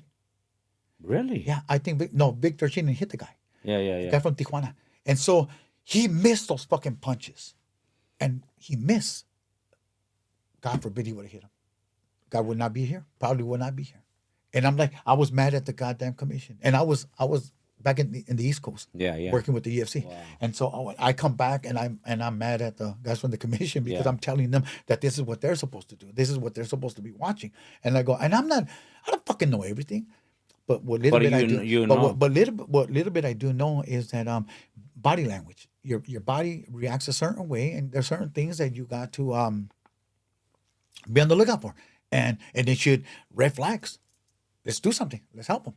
Because every fucking But second. some hounds. people don't because they're so emotional into it, I believe. Or they say, well, we cannot lose. They still, like me, when I see a guy getting his ass kicked bad from round 1 to round 6 and it's a championship fight, and I know that my guy is getting hurt every round or no, he's not going to get to the 12th round, even though he wants to go to us, why would I want to continue? We could fight another time or get better. It's so hard because it's pride as well, Rudy. And Okay. because, we're going to stop the fight. There's a lot of fighters that get fired because of that as well. Look like Deontay Wilder, how he fired Mark Brinkley. Okay. I thought Mark Brinkley was just doing the best for Deontay Wilder so he could did. continue. And He did what? the right thing. And it's pretty messed Well, up. okay. I think it was a good call. Okay, now I'm gonna go against. Okay, now You're gonna go like, what? I'm gonna go against what's going on. Okay, Okay. like I'm talking Against about what- certain against things. what? Okay, now we're going to do the flip side. Okay, go Okay, now and the thing is that you got to be there, and it's got to be the moment and stuff, right? So Mauricio Aceves was getting the shit beat out of him for 11 rounds. He had lost 11 rounds, and then he knocked out Oscar Negro Vejines to become the WBO champion of the world. Based on what you're saying, he's getting his ass kicked, but he's losing every round. And in the 12th round, he's losing that first minute of the round, and he knocks Bejinas out in that. So based on what you just said, he No, probably no, would no, have no. never, no, wait. Yeah, But yeah. and what I'm talking about, because I'm using this one as an As example, example, yeah. and like I personally, first of all, if you're getting the shit beat out of you, then yeah, you know what, man, one reason why I will let you continue getting the shit beat out of you, Because you're 12-0 with 12 knockouts, and you have power, and you and know you're you're getting the shit beat out of you. yeah. I'm gonna let you get the shit beat out of you because you can change everything with one punch. Okay. And unless, like my brother against Floyd Mayweather, I'll use that one as an example. My brother is getting his ass kicked, and I see a certain move in that I haven't been able to see it on TV Okay. or on the recordings, but I saw it that day in that fight and at that moment, and I saw that my brother, dropped a little bit, and I turned around and looked at my dad. And go, Dad, whatever he had fucking left in that was just taken away from him. He's on survival mode. He's not gonna fucking win this fight. We'll fight some other time. And so when the bell rang, I told my brother, you know what, man, fuck that. There ain't no ways you're gonna win this fucking fight, man. I'm pulling the plug. And And when you said that, no, because I had a fighter that I was working with, and I think you know who he is. Hugo Centeno Jr. uh So we were in Palm Springs, and I got hired to train him. We had a great training camp, and we fought. I think it was Isaac Mendez. I think his name is, uh, or Mendoza, some tough Mexican guy. We were losing every round, and I'm very calm. I learned how to be calm watching you, learn from Joe. So we're losing. I go, hey, we're losing this fight. We're losing the fight. You gotta get on it. Do this. I give him instructions at that time, and the whole corner's got in panic. I go, relax. I go. So we get to the 12th round. I go, said Hugo, and I think that moment was my Chico Corrales moment, yeah. moment. My guy was losing, not getting his ass kicked. And that's why I was asking you, when do you know when to stop it or let it continue? So I go, Hugo, we got to knock this guy out to win this fight. You got to go out there and knock him out. He ends up knocking this guy out, Rudy, And I thought about it, okay, what do I do? Let it continue, lose bad? So he goes out there, knocks this guy out. He puts him on a coma. But like you said, Rudy, Yeah. I mean, me, I'll know at the moment, wow, if my guy is taking so much punishment that I know he's not, even though my guy, we were losing. Now you might be fucking thinking my fighter. So the guy that I'm working with right now, fighter, yeah. listen, the fighter that I'm working with right now, Hamza Shiraz, I think it was on our third fight or fourth fight. We got a tough guy from England named Bradley Skeet, and we were losing. And I already knew because my guy has power on both hands. And I told Hamza, he goes, "You're not worried?" I go, "You're not nervous?" I go, "Relax, we'll get this guy. We'll catch him." But 6th round comes, I go, "Hey, we're on the halfway of the championship rounds. We got to go out there. We have to put in work now. You can't do this." So he started putting more pressure. He starts weighing the guy down. 7th round comes, I go, "Hey, we lost that round, but now you're going to have to knock him out. We cannot let it go to decision or else we're going to lose." So my guy gets on his ass, boom, pressure, and knocks the guy out. It makes the guy quit, actually. Yeah, I saw that fight. You saw that? Yeah. So moments like that, I go, okay, I'm not going to stop it because I know, just like you said, the power point. I know my guy is going to catch eventually. He's not, but when he gets closer to 10th, 11th round, okay, fuck, we're in danger now.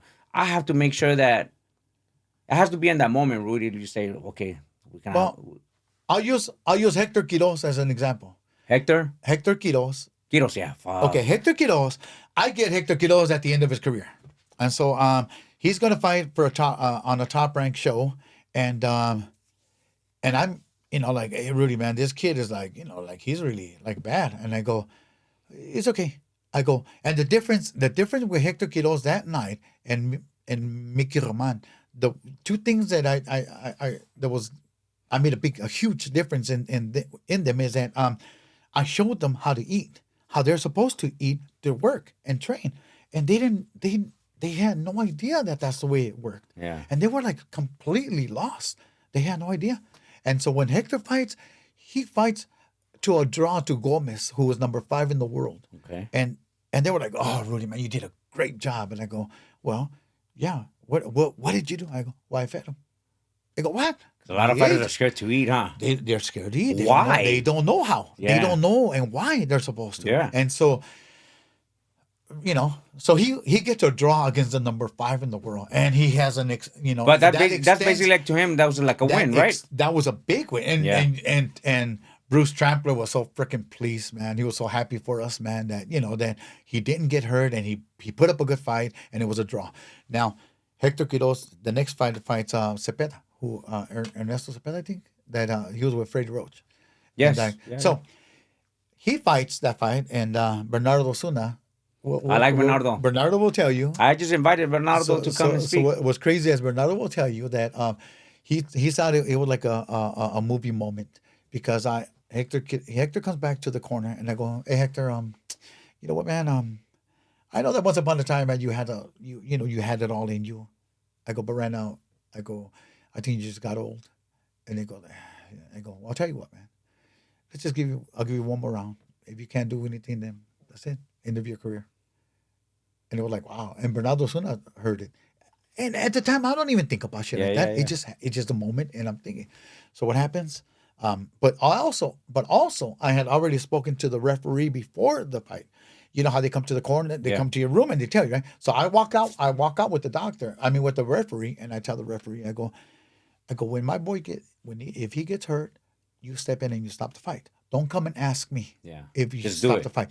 You do it, because if I do it, they'll bitch, they'll complain. I don't care. I'll take the fault. Yeah. But the thing is that he'll continue. But if you stop it, it changes everything. So if you see him get hurt, don't fucking come to ask me if he's okay. Now fuck that. Stop the fight." It's crazy. So did you write that one down? Oh, I did kind From of. now on, when you feel like your guy, Tell them to stop it. you go talk. No, you walk out with the referee and you tell him. Stop it. Because and I learned this with there was this guy named Pomita, pinche Pomita Molina, the fucking fighter, man. He was just a punching bag, and he was everybody's fucking punching bag, man. Yeah, that guy was Orlando Canizales. He was Orlando Canizales was sparring with bad. him. Orlando Canizales was sparring with him, right? And so he's hitting him, and fucking Molina out of nowhere, boom, would hit him. And then I remember I watched the 3 rounds that they were doing, and then when Orlando came out the ring, I go, "Hey, Orlando, no matter what the fuck you did, man, that motherfucker would always find a way to hit you." And he go like, "Yeah, man, he was frustrating me." I go, "Yeah, but you didn't miss a shot." But he fucking like, boom, he fucking threw this punch like that, and he hit you, and he would hit him, and that was Molina. So Molina on a Tengoose promotion fight.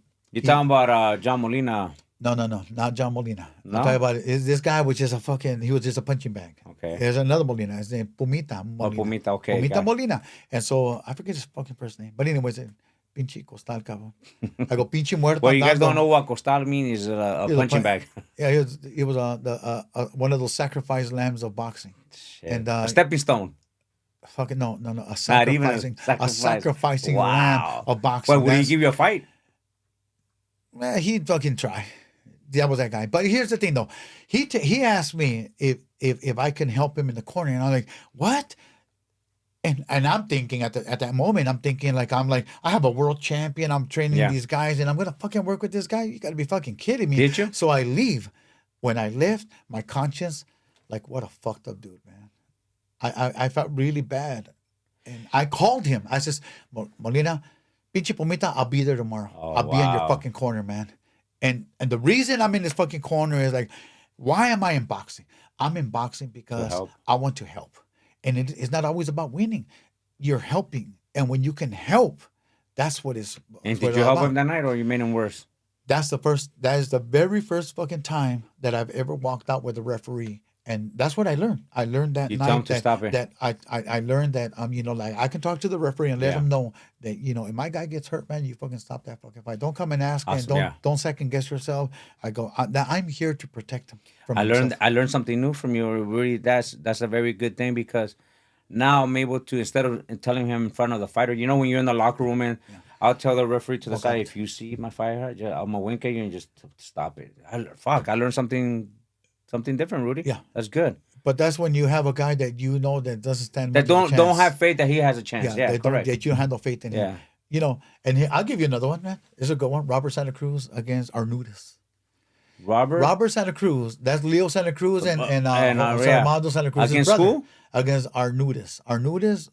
Mike Arnudis. Mike Arnudis was number 3, number 4 in the world Okay. at that time, right? And my guy was had a record of like 8 wins, 1 loss, and he was getting paid $5,000. And they were like, "Fuck, that was a lot of fucking money for him." Yeah. So I think it was $5,000, and so he's pretty much he hasn't fought in almost a year and 9 months. Okay, so now he's going from 8 rounds to 12 rounds. Wow. So or was it 10 rounds? Fucking 10. Anyways, well, the thing is this.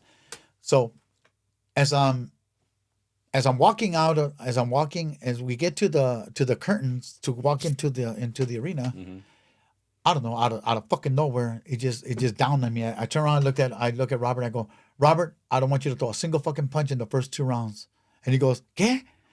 No punches at all. You haven't fought in a year. And in my mind, I'm thinking, you haven't fought in a year, 9 months. And your last fight was an 8-round fight. And now you're going to fight 10 rounds. And it's been a long time. So I'm thinking, yeah, I think it was a 12 round. I'm not sure. But regardless, anyway, so I tell him not to throw a fucking single punch in the first 2 rounds. So into the second round, referee comes over to the corner and he tells me, Rudy, if your fighter doesn't fucking throw punches, I'm gonna stop the fight. And I turn around and look at him. I go, it's a 10 round or 12 round fight, and you're telling me that he has to fight? Is he getting hit? So he was moving good? Wow. Well, no, he wasn't getting hit. Oh, but he was just like, I told him not to throw a single bang. He was just moving around the ring. Boom. And that was Jack Reese. Oh, fucking I love But Jack Reese was at that time he was up and coming referee at the time and shit. Who was the most difficult referee that you ever worked with on the fight? Jay Nady. I fucking Really? hate that motherfucker. He came over and I go, get the fuck out of here. I remember talking to him. I get the fuck out of here. Oh, and I'll tell you why. Now I remember why. Why? Because that motherfucker came over there and he said he wanted to hear my brother say he quit. Wow. And I'm like, you motherfucker. Versus what? And then, What fight? I'm the fucking chief second. I'm the one fucking telling you that the fucking fight's over. I got to hear from him. I go, fuck you, motherfucker. Yeah, yeah. And I thought he was a What fucking piece of fight shit. was this, Rudy? When he fought Floyd. No. When he fought Oscar. Wow. He wanted to hear him say quit? Oh, he said, no. Oh, when he fought Floyd. It was Floyd. It was a Floyd one. Yeah. Fucking remember. You know, Floyd is one of my favorite fighters. Well, I would tell you this. Floyd is one of the great fucking human beings. Yeah. People don't know. People Look, don't know. This is Floyd. Let me tell you about Floyd. That's why I have his picture in his book there. I'll tell you about Floyd. I didn't like the motherfucker when we fought. I didn't have to like him. Of course. I didn't know who the fuck he was. Yeah. I didn't like him. I was just an arrogant motherfucker, and he had every right to be because that's what fighters do. That's what they are. These are these guys. But there's also guys that don't say shit, man, but they fucking kick your ass. You know. But Floyd, and I'm younger too. So, but I will say this about this.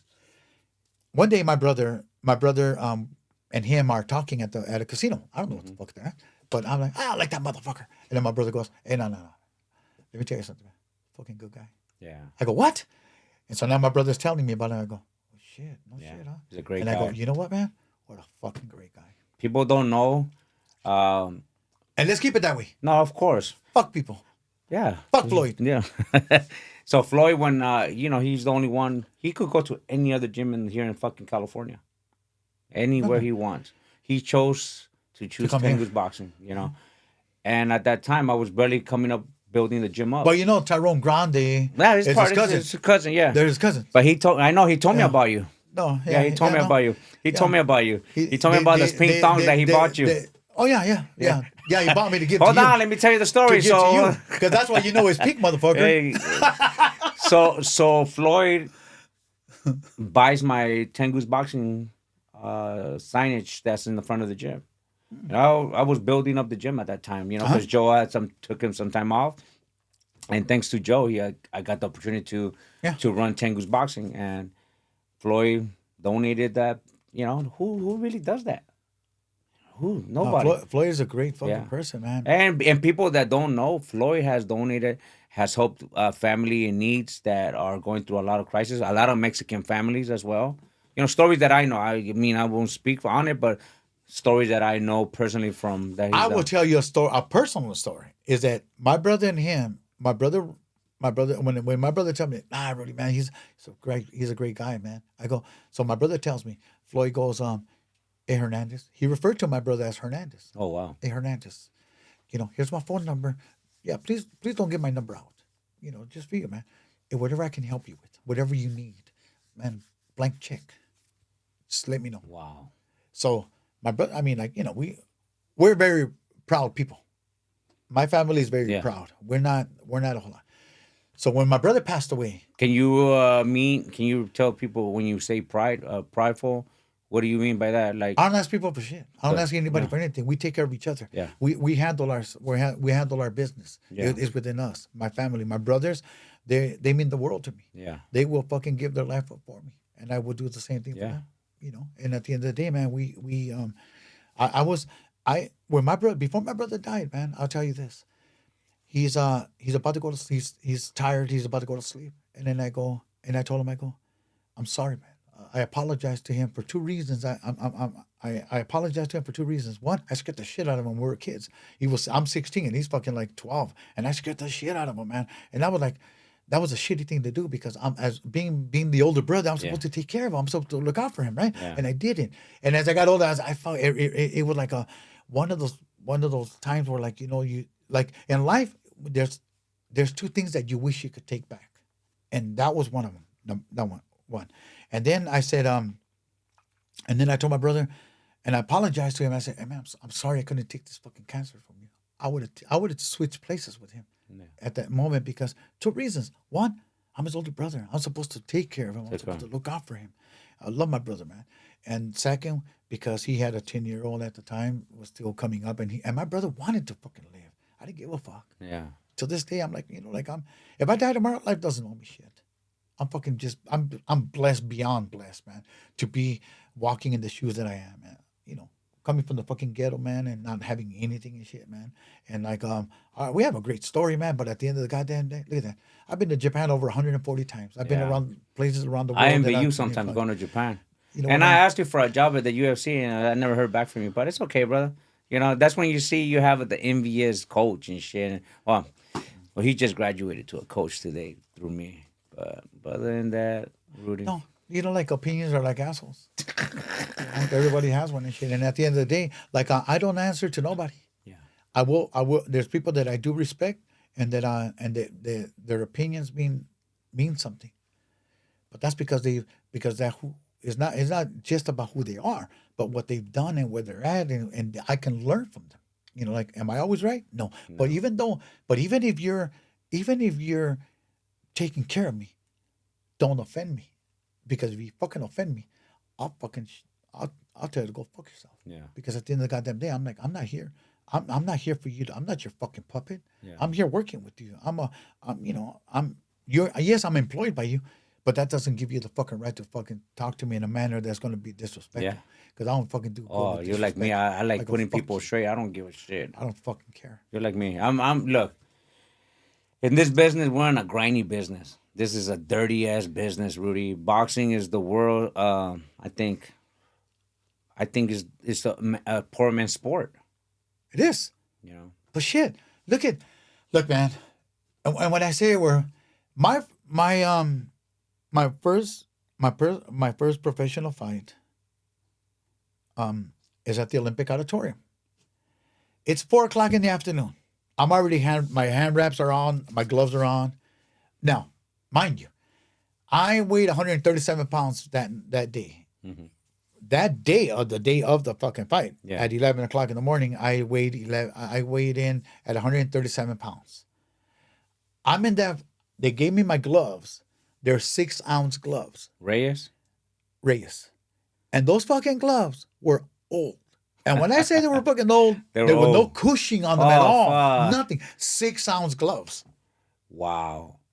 And Is that and I'm how like, they fought back then? 6-ounce gloves, Rudy? no, well, we're talking about December 13th, 12th or 13th of 1980. Oh wow. Salvador Sanchez fought that night. that day on Oh, TV. really? First. Yeah, but anyway, You fought on the undercard? no, he wasn't there. It was a Korean against a South African, I think. That was a main event, and Joey Olivo. Okay. Now the story is I'm ready at 4 o'clock in the afternoon. I did not fight till after 1 o'clock in the morning, and I shadow boxed a bunch of times and then had to sit down, and that was a 15-round fight. Wow. Joey Olivo went up in the ring after midnight, I think, and I think that there must have been about 30 people left in the fucking arena at the Olympic Auditorium. Everyone's leaving. Or 50 people when it was packed. It had sold out. And there must have been about 50 people when Joey Olivo fought. And after Joey Olivo fought, I came out after, and there must have been about like, in total, a grand total, 12 people, 15, maybe.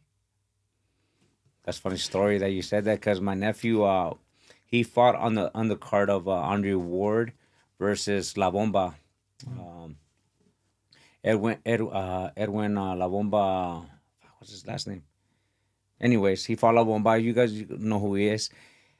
We get to the arena at 12 o'clock at Ontario at the Citizens Business Bank Arena. We start wrapping up because he's a swing bout. Swing bout. I was a swing bout too. Yeah, be ready, blah, blah. Oh, you're going to be up next, before Andre Ward is on 7 o'clock. All right, Juan, we almost get it. Just get shadow box. He fights almost at midnight. Yeah. Hey, with his hair around, everything. It was so funny. Every time we had to go to the bathroom, I had to put his pants down, everything. And he had, Something that you like doing anyway, but go ahead. I'll do it to you. I don't mind, Rudy. But that was funny the story that you said that sometimes you think you're going to go up and you're there. Yeah, because you're swing body and you're like, you just don't know. And it was a packed arena, man. At the Olympic was like super fucking packed, man. But at the end of the day, man, those are the experiences, and when you walk in those shoes, you know the difference. Like I have a friend that likes to. I understand to a certain point that reading a book and walking it, two different stories. Yeah. Reading a book about war, bullets flying on you. Oh yeah, I understand. Oh, you don't. You have to walk in. You know how fucking scared you be. Like it depends of levels of how scared. Those guys are just fucking brave motherfuckers. That don't give like Arturo Gatti, they never gave a shit. Yeah. There's levels to everything that we do in life and shit. But when you walk in those shoes, it's a big difference. I can fucking tell you what it's like to fucking lose 22 fucking pounds in 2 weeks. Oh yeah. To get in the fucking ring and not had a meal for 16 days, no meals, and 3 days before the fucking fight, no water. Can you fucking imagine what that feels like? Were you were weighing Rudy at that time at the same day, right? The day of the fight. Yeah. The day of the fight. And I wish it was like that today. Fighters should be able to weigh in today in the morning and fight in the evening. It was like that for years and years and years. Years, hundreds of years. How is over this 100 years. going to that, Rudy? How is disrespectful to you when a guy doesn't show up on time? Torito Espino. I know fucking somebody told you this damn story, but here it goes. Torito Espino is ranked number 1 in the world. My schedules with him is from 1 p.m. to 3 p.m. Mm-hmm. He shows up at about 2:20, 2:30. He goes and gets ready. And I'm fucking pissed, man, because he was supposed to be here at 1 o'clock. And so he gets in the ring and he starts shadow boxing. 2 rounds go by and it 3 o'clock hits. And as soon as 3 o'clock hits, I go, okay, Torito, I'll see you tomorrow. Hey, but I just started. Yeah, motherfucker, you just started. You were supposed to be here at 1 o'clock, not 3 o'clock. And my time with you is between 1 and 3. And so you got here when you felt like it. That's okay. But I'm here from 1 to 3 because that's when I was hired. And so I left at 3 o'clock. And he's number 1 in the world. I know you told me that story. You told me. No one told you but that. Anyways, but you told me that story. But at the end of the day, like, hey, but after that, he showed up on time. Wow. Every time he showed up on time. Because I'm not here to accommodate. Yeah, yeah. Fuck you if you don't make it on time. Yeah. That's disrespectful to me. Yeah. Who needs who more? Exactly. We both need each other. Yeah. But when it's a tug of war, then you're gonna lose. Yeah. Because I already know where the fuck I'm gonna get my next meal from. But you don't have no idea what the fuck the future holds for you. You're right. Well, Rudy, man, it was an honor you being here with me. Of course, it's a fucking honor. Fucking asshole. Should be. Rudy, where do you tell your fans to follow you if you do have any social media? Rudy H Boxing on both Facebook and Instagram. And you want to follow? Great. Not, I don't give a fuck. Well, peeps, thank you for watching. Stay tuned for the next one. Peace. Rudy, thank you so much, brother. That was good, man. I like it.